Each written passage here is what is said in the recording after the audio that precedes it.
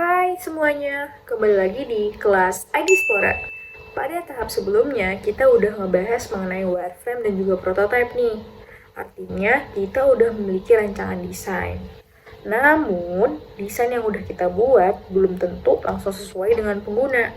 Karena itu, kita bakal masuk ke tahap usability testing untuk memastikan desain tersebut benar-benar bisa digunakan.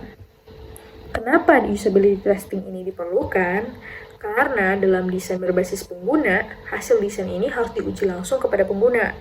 Artinya, kita nggak hanya membuat desain, tetapi juga memastikan bahwa desain tersebut sesuai dengan kebutuhan pengguna. Melalui usability testing ini, kita bakal bisa melihat nih, apakah desain yang udah kita buat ini benar-benar bisa digunakan, atau masih ada bagian yang menyulitkan. Lalu, apa sih yang membedakan analitik dengan testing? Dalam pengembangan produk, kita tuh sering banget menggunakan data.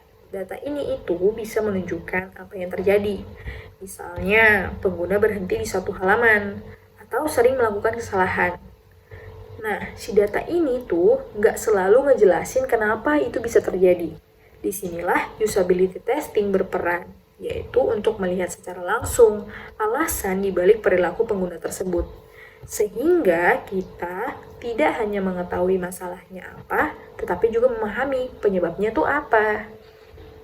Selanjutnya, usability testing itu dapat dilakukan dengan beberapa metode.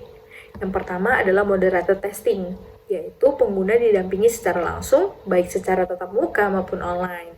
Metode ini digunakan untuk memahami nih secara lebih dalam, gimana sih pengguna ini berpikir saat menggunakan produk. Yang kedua adalah unmoderated testing, di mana pengguna mencoba sendiri tanpa pendamping. Metode ini lebih cepat dan dapat dilakukan dalam jumlah yang lebih banyak. Ketiga adalah A/B testing, yaitu membandingkan dua versi desain untuk melihat mana yang lebih baik. Dan yang terakhir juga terdapat pendekatan menggunakan AI untuk membantu mendeteksi masalah sejak awal. Nah, setiap mode ini digunakan sesuai dengan tujuan dan tahap pengembangan produk. Nah, lalu setelah testing dilakukan, kita juga perlu mengukur hasilnya. Ada beberapa hal yang bisa digunakan sebagai acuan. Yang pertama adalah tingkat keberhasilan, yaitu apakah memang benar-benar pengguna ini bisa berhasil menyelesaikan tugas. Yang kedua adalah jumlah kesalahan, yaitu seberapa sering sih pengguna ini melakukan kesalahan.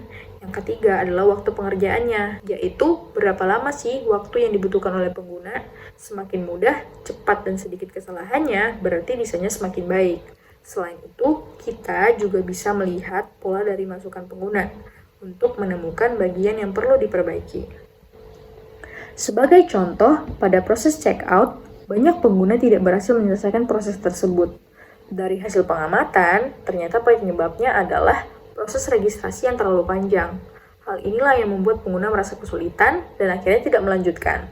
Setelah dilakukan perbaikan, proses dibuat lebih sederhana. Hasilnya, waktu penyelesaiannya menjadi lebih cepat dan kesalahan pengguna berkurang.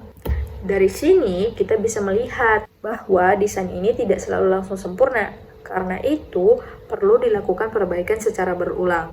Jadi, usability testing ini adalah tahap untuk memastikan desain benar-benar sesuai dengan pengguna.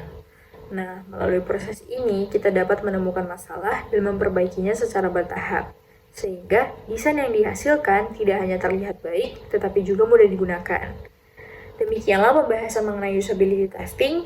Semoga materi ini dapat membantu dalam memahami pentingnya pengujian dalam proses desain. Dan pembahasan mengenai usability testing ini sekaligus penutup dari seluruh materi user experience yang sudah kita bahas. Semoga seluruh materi yang telah disampaikan dapat membantu dalam memahami proses perancangan berpusat pada pengguna.